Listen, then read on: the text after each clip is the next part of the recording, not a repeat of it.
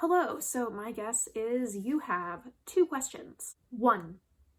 So what is the ceiling doing up there next to your head? Oh, well, you see, I was gonna tell everybody, but since you asked, I learned to levitate. No, I didn't. I'm sitting in a lofted bed right now. My bedroom is really tiny, and I do most of my schoolwork in here along with attend classes virtually, so I decided to do the setup where you lift the bed way up and the desk is underneath.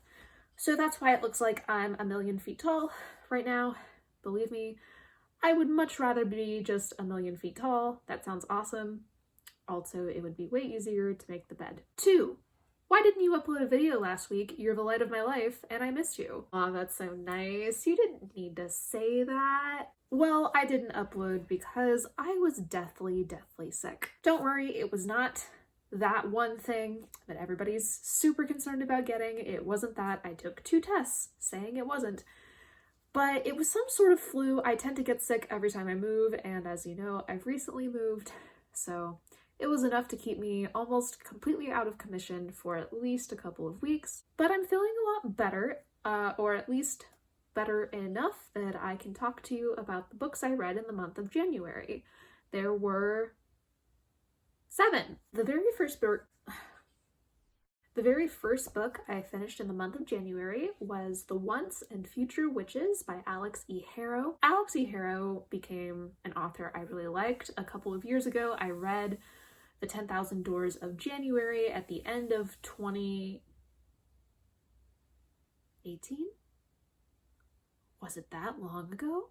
Anyway, I read it. I thought it was really good. I gave it like 4.5 stars. I can't really remember what I took off the half star for. I think it was like the villain was kind of cheesy because like they were, but still a really good book. So I was really excited for this one, and it is a historical fantasy that is set in the late 1800s in sort of an alternate United States where magic is real, or at least once was, because it's basically been obliterated from the earth. But that doesn't mean people don't still practice it, particularly women in rural areas, such as the 3 protagonists' grandmother, or perhaps great-grandmother. I actually don't recall, but it's honestly not important. And the 3 protagonists, who are sisters, their names are Bella, Agnes, and Juniper. They all have a little bit of a magic spark in them, but they really don't know how to use it.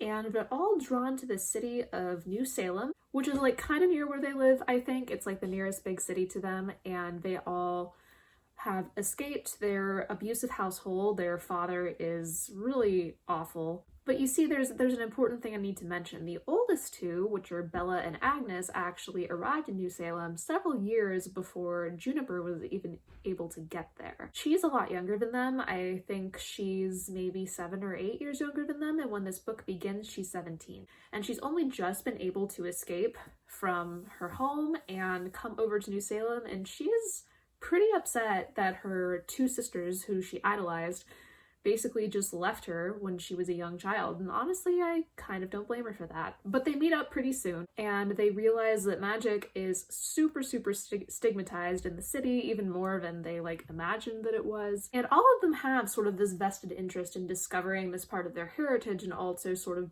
putting magic back into the hands of vulnerable women who once used it as a kind of agency. And so they form like a secret witches society, and a bunch of different women from all over the city come to join it, and it's a very cool little thing that they start trying to learn more about magic and how it's used, and there's a lot of interesting side characters that come in because of that. But of course, this is a patriarchy, and women getting any kind of power is a bad thing, and so they face a lot of obstacles to this. There was a lot that I liked about this book, but unfortunately I didn't love it as much as I wanted to, given how much I liked the author's first book. I thought that the 3 protagonists are all pretty sympathetic, and a lot of the side characters are really fun. There's also some nice wait, no, that was right. There's also some nice LGBT rep, which is nice to see. And honestly, my favorite thing about this book was how well the author was able to sort of retell these older fairy tales and stories that in our world were written down at least mostly by men, like Charles Perrault, the Grimm brothers, etc. And she actually, in many cases, modified the history of this world so that those writers were actually women. I thought that was an interesting touch, and she intersperses these stories throughout the book.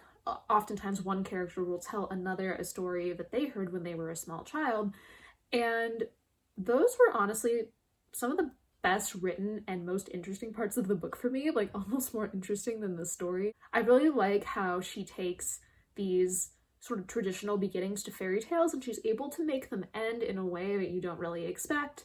And she often does it within the space of like 2 to 4 pages, which is really extraordinary. Like if she just published those as a book, I probably would have given it a really high rating. The world building here is pretty neat. I like the idea of like an alternate history, alternate magical version of Victorian America. But sadly, there was a lot about this book that didn't work for me as well. First of all, this book is 500 pages, actually a little bit more.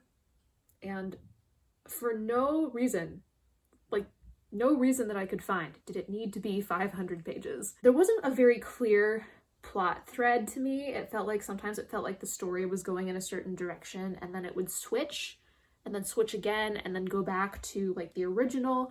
And so the thread of the story sometimes was a little difficult for me to follow. Also, the 3 sisters have personalities that are basically just about one single thing. Like Bella's the nerdy one who likes books, and Juniper, the youngest, is like the spunky one who likes to beat people up. And basically their entire personalities almost through the whole book are concentrated on this one thing. So whenever somebody had to say something smart, it was usually Bella, and whenever somebody like needed to say something tough for the plot, it was usually Juniper. Now Agnes, who's the middle sister, she was a little bit more interesting to me because her overarching personality trait is kind of being a Hufflepuff. No, seriously, she's just like really caring and kind, and she's a giver. Like she really loves people. And there was this really touching scene where it talked about how when she first arrived in the city, she worked at an orphanage, but she got too attached to the children she was caring for. And when they were finding like good, loving homes, which was of course the point, she missed them so much that she didn't think she could just keep living like this, like loving something and then having to give it away. And that was touching, and it actually said a lot about her character. So she was probably a bit more interesting than the others because that's like a harder personality trait to just put in a box. It's a bit less confining, so like you can do more with a personality trait like that instead of just being like the smart one or the one that punches people in the face. Also, I found the writing to be really ornate, and I thought that was kind of excessive. Like, people couldn't just say things. They, like, had to spit them, or hiss them, or breathe them, and I was just like, please, can we just say things? Like, does it need to be such a big deal every time someone's speaking? Occasionally, the writing was just a little bit too flowery for my taste. I know a lot of people thought it was really beautiful, and so that's great. Good for you. I thought it was too much, too many flowers. In 10,000 Doors, this actually did not bother me, and I'm not sure if that's because the author changed her writing style between the 2 books, or if I just have different tastes now than I did a few years ago. So I think I would give this book about 3 stars, which is like decent, totally fine, not great, not awful.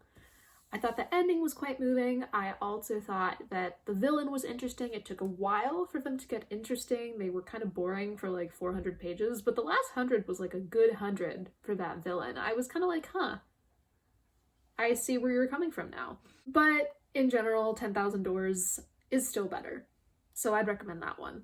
Next up, we have The Best of Me by David Sedaris. David Sedaris, if you haven't heard of him, is a short story essay, just mainly like a short form kind of writer. And he writes a lot about his own family growing up in North Carolina. He had, I think, 4 sisters and then a brother. And so he writes about the escapades that they had and also his experience, like realizing he was gay, coming out, and then traveling around the world with his partner, Hugh. He's lived in a couple of different countries, and he's kind of divisive as far as I can tell. Some people really, really like him. They think he's really smart and witty, but some people are completely sick of him and they think that he is pretentious. Reading this book, which is a collection of the stories and essays that David Sedaris himself feels are his best work throughout the years that he's been writing, I kind of saw both sides here. Like, I could understand why you would think maybe he's a little bit pretentious and too much, but I could also understand how you could find him really fun and engaging. And I am kind of leaning toward fun and engaging. I liked him. Some of my favorite essays that he writes are about his attempts to learn French when he was living in perhaps Paris. It might not have been. Don't quote me on that, but it was definitely France. And he talks about the language classes that he had and how bad he was at trying to learn and the broken sentences that would result. And as somebody who's learned a foreign language and also lived in a country where that language is spoken, that was very funny to me and I could relate to it. And I also think he has a really fun ability to make fun of himself. I think that he knows he's kind of pretentious and he sort of plays on that.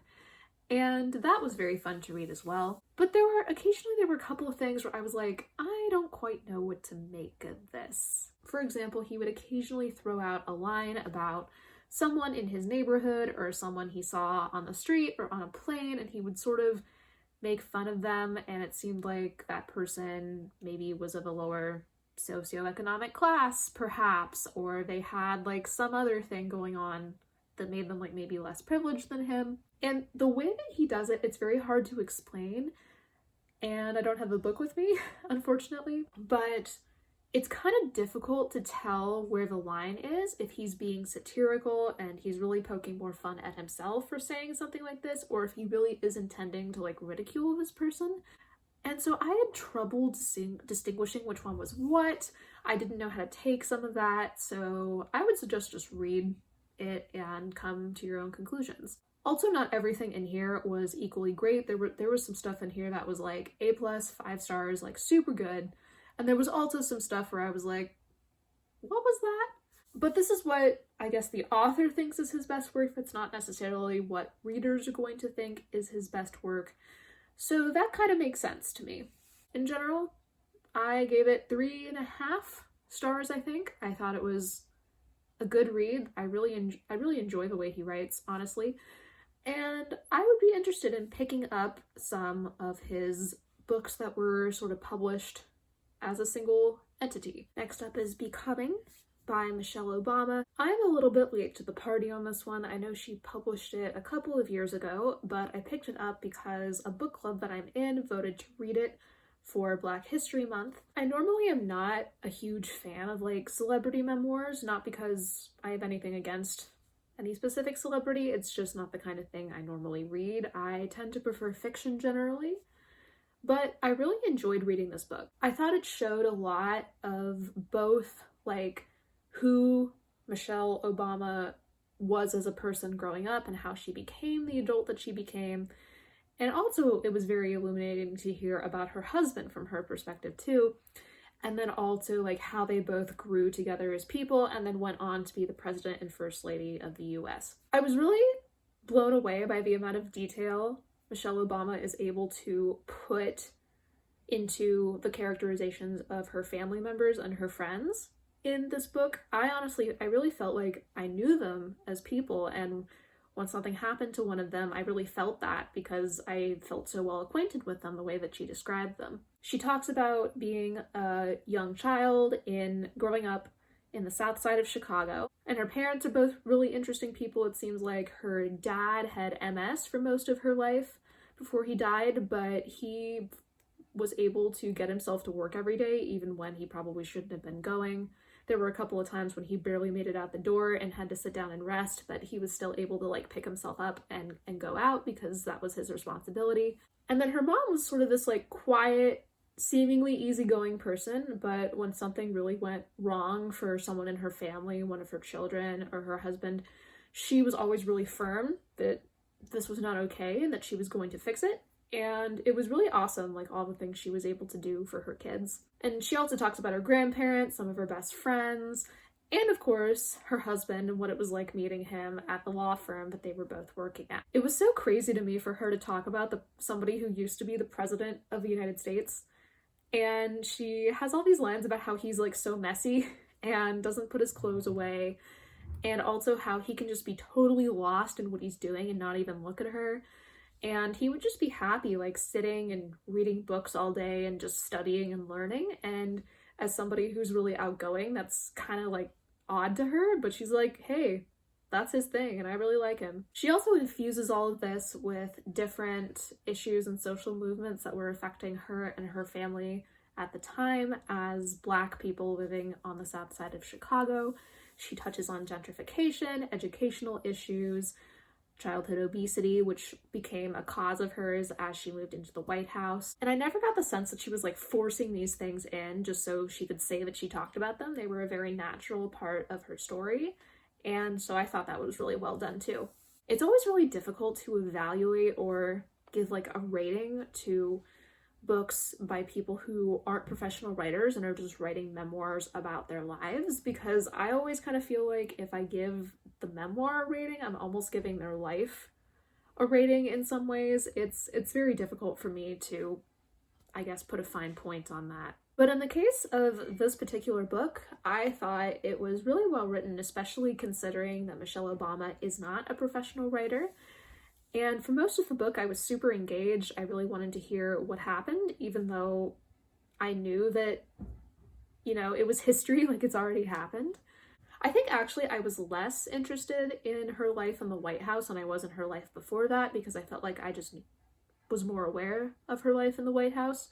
But I would give this a solid 4 out of 5. I thought it was really good, and I learned a lot about the Obamas and also what it was like to live in the White House. Next up, we have The Mothers by Brit Bennet. The audiobook that I listened to was read by Adenrele Ojo. So if you've seen my Best Books of 2020 video, you know that I absolutely love The Vanishing Half, also by Brit Bennet. It's probably the best thing I read in 2020.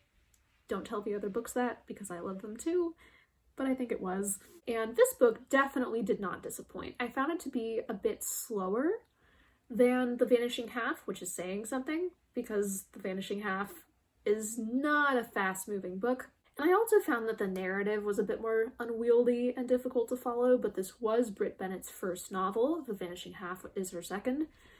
And honestly, like, how mad can I get that a book is just good instead of totally fantastic? Like, that's stupid.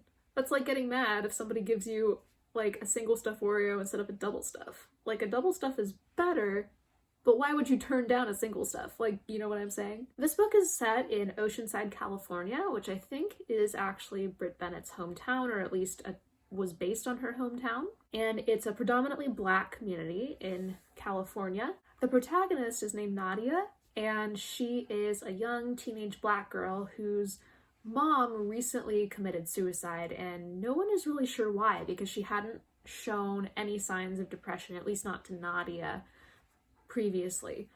And she soon after that starts dating this guy Luke, who she's had a crush on for a long time, who also happens to be the son of the pastor that preaches at her church. And she becomes pregnant and isn't really ready for that because she wants to attend the University of Michigan. She's already been accepted to go. And Luke says that he'll give her some money to get rid of the baby. And from there, the story is basically just developing the relationships between all of these people, between Nadia and Luke and like their families. And also there's another character that's quite important whose name is Aubrey. Aubrey is a girl who is really active in the church. She's kind of quiet. She goes to school with Nadia, but she and Nadia become very good friends, although they're very different people. And she also gets to know Luke a bit as well. Even though this book was really, really good once I got into it, like, I was actually, like, lying on my bed listening to the audiobook for probably an hour or two at a time, wanting to hear what happens next. And if I do that with an audiobook, it's really, really good. Even given that, the story took a really long time to get into. I was probably 25-30% of the way done, and I was like, that's how far I am? Like, I would have thought I'd almost be done. So the story has a really big scope, kind of like The Vanishing Half, but I think The Vanishing Half just has more direction. But honestly, like, the characters are worth the wait, the writing is worth the wait. Brit Bennet is just really good at creating these characters that feel like real people, and there's always so much nuance to what they do that even if they make a choice you think is stupid or you don't like it, you can totally see, like, how they arrived at that. The Mothers also does something that's a little bit experimental. There are several chapters that are told from the point of view of the mothers, of the church. So these are like older Black women who have been very active in the church for a long time, and they're sort of observing what is happening, like with Nadia and Luke and just all of these relationships, and kind of commenting on it and how they've seen something similar in their own lives or the lives of people that they know. Most of these sections are told using the first person plural, so they're told using we. And that was a kind of a bold move, but I think Brit Bennet pulls it off quite well, and Adenrele Ojo, who reads the audiobook, did a nice job of having sort of a different narrative style and voice for the general, like, third person narrative, and then switching it up a little bit for the first person plural. I liked Ojo's reading. She was a little bit slow for me, so I had to speed it up ever so slightly. But other than that, I thought her performance was very good. What can I say? This book is by Brit Bennet. It's good. 4 out of 5 stars. Go read it now. Next is Jane and Prudence by Barbara Pym. I picked up this particular book because I saw it recommended somewhere as books to read if you like Jane Austen, and I love Jane Austen. Like, I'm trash for Jane Austen, so of course I had to pick up this book. It was written, I think, in the 1950s in England. It's sort of a social satire similar to Jane Austen books. It's about these two women who, I'm sure you can guess, their names are Jane and Prudence. Jane is, I think, a bit older than Prudence. They actually met when they were both kind of at Oxford. Jane had actually already graduated. They were both in English literature, and Jane had been invited back to Oxford to help, like, I guess, sort of assistant teach some classes for the current undergrads, of which Prudence was one. So Prudence was like the freshman who just showed up, and Jane was like the cool TA. And so they sort of formed this cool friendship, and they remained friends for several years after that, although there was quite a big age difference. When this story starts, Prudence is in her late 20s and Jane is about 40, and Jane has been married for a while and she's happy, and she wants Prudence to be happy too. But Prudence has had a number of different affairs with different men, and the whole time she's actually been, like, pining after her boss, who's married and has never so much as noticed her, as far as anybody else can tell. And Jane kind of has her own issues because her husband is a vicar, and so he has just moved to a different town to be their vicar, and so she has to do all the vicar's wife stuff. So if you think about sort of like what a pastor's wife would have to do now, she has to do a lot of entertaining, and she's expected to act a certain way, and she's very uncertain of how to do that. I do get why this book was recommended to people who really like Jane Austen, because it has sort of the same undercurrent of irony and the same, like, understated British sort of wit. But I think that they differ in one important respect. With Jane Austen, if you dig deep enough, like, under all the adverbs and all of the Regency politeness, you actually get a lot of really solid and well-developed characters. But honestly, in Jane and Prudence, it just felt kind of empty. I just feel like the book pokes fun at things, but there's no real substance beneath that, and that isn't as interesting to me. Neither Jane nor Prudence were really compelling in my opinion, especially Jane. I was just like, girl, what are you doing here? Like, I'm sorry, you have to give parties. Like, is that the worst thing going on right now?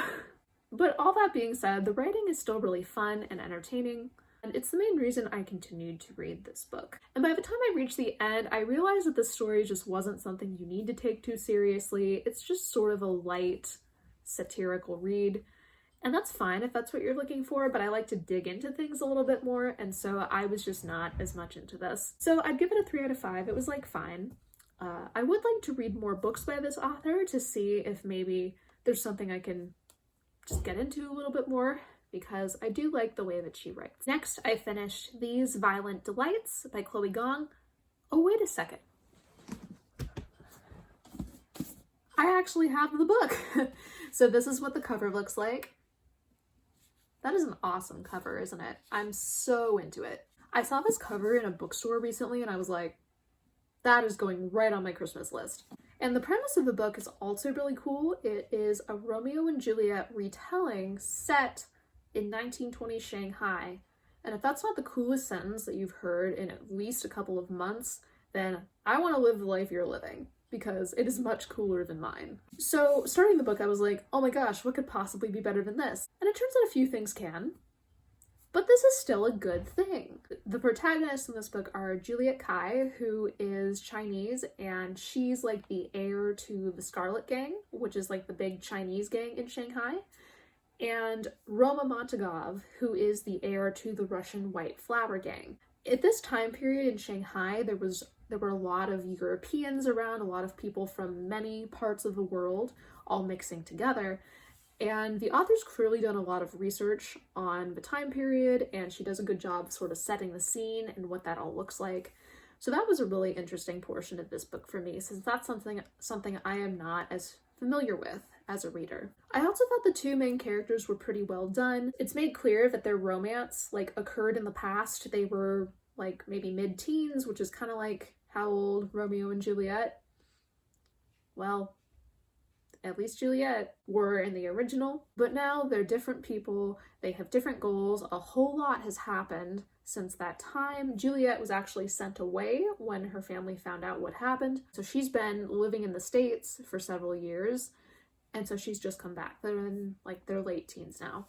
And they need to solve this mystery that affects both of them because there is some sort of mysterious illness afoot in Shanghai right now. And this is the part that gets that this is definitely not historical. This didn't happen. What's happening is these bugs will get into people's skulls, and they'll suddenly become overcome with a need to tear out their own throats until they die.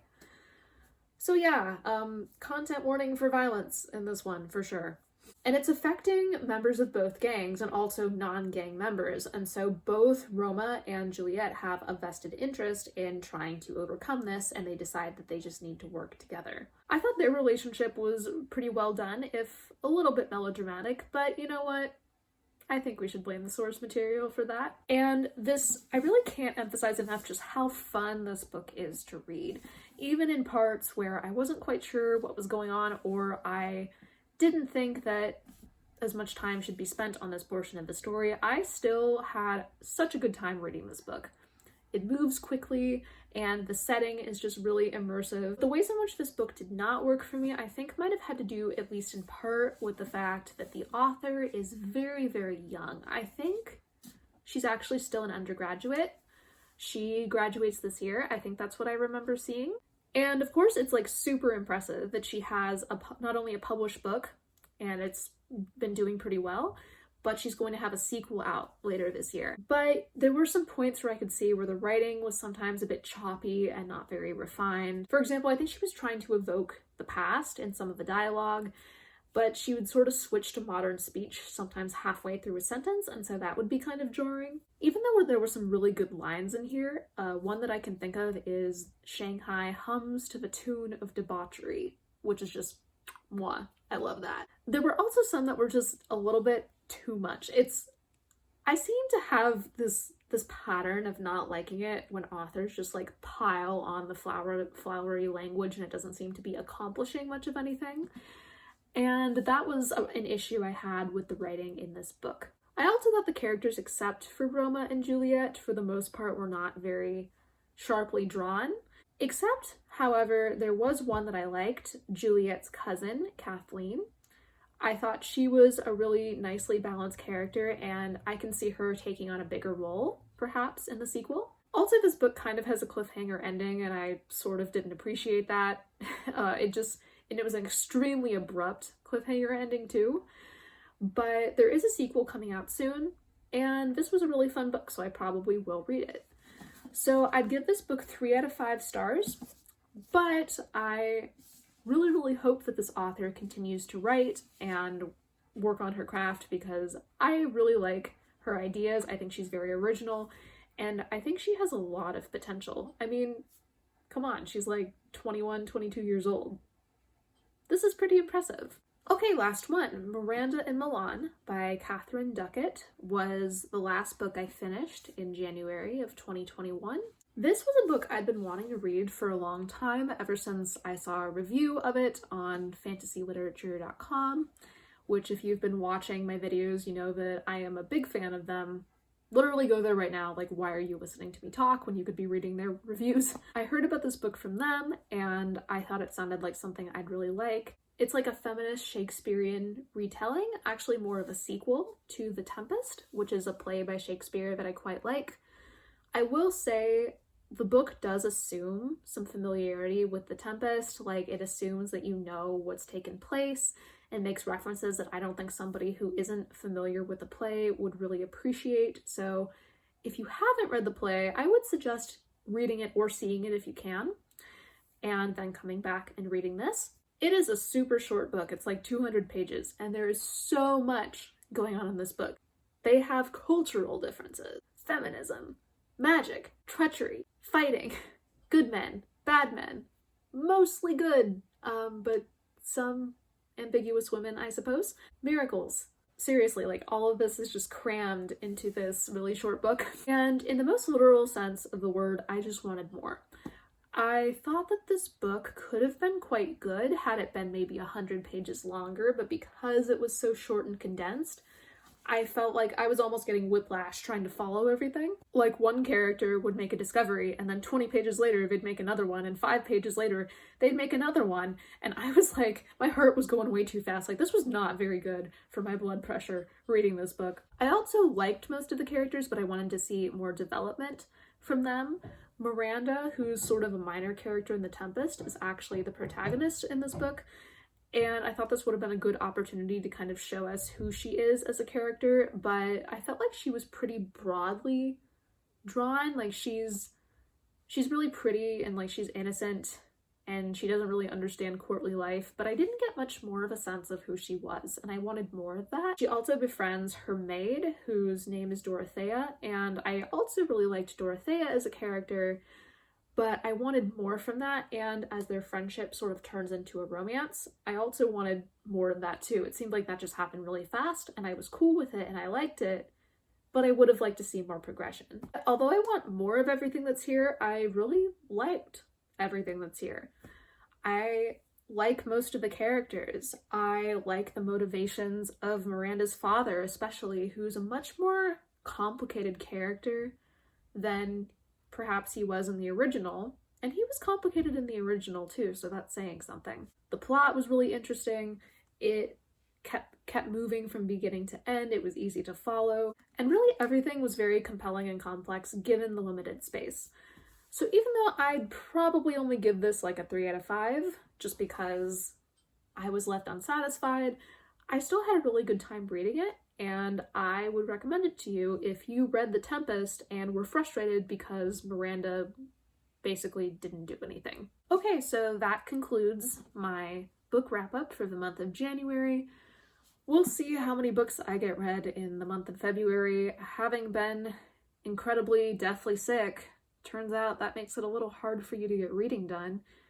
Man, if I knew that, I'd never have gotten sick. Also, February is just a really short month anyway. It seems like I wake up one day and it's February 1st, and then the next day it's Valentine's Day, and then the next day it's like February 29th, 8th. How many days are in this month? Oh my goodness. Anyway, sometimes I don't get a lot of reading done in February, and I've also started school back up again, so we'll see how it goes.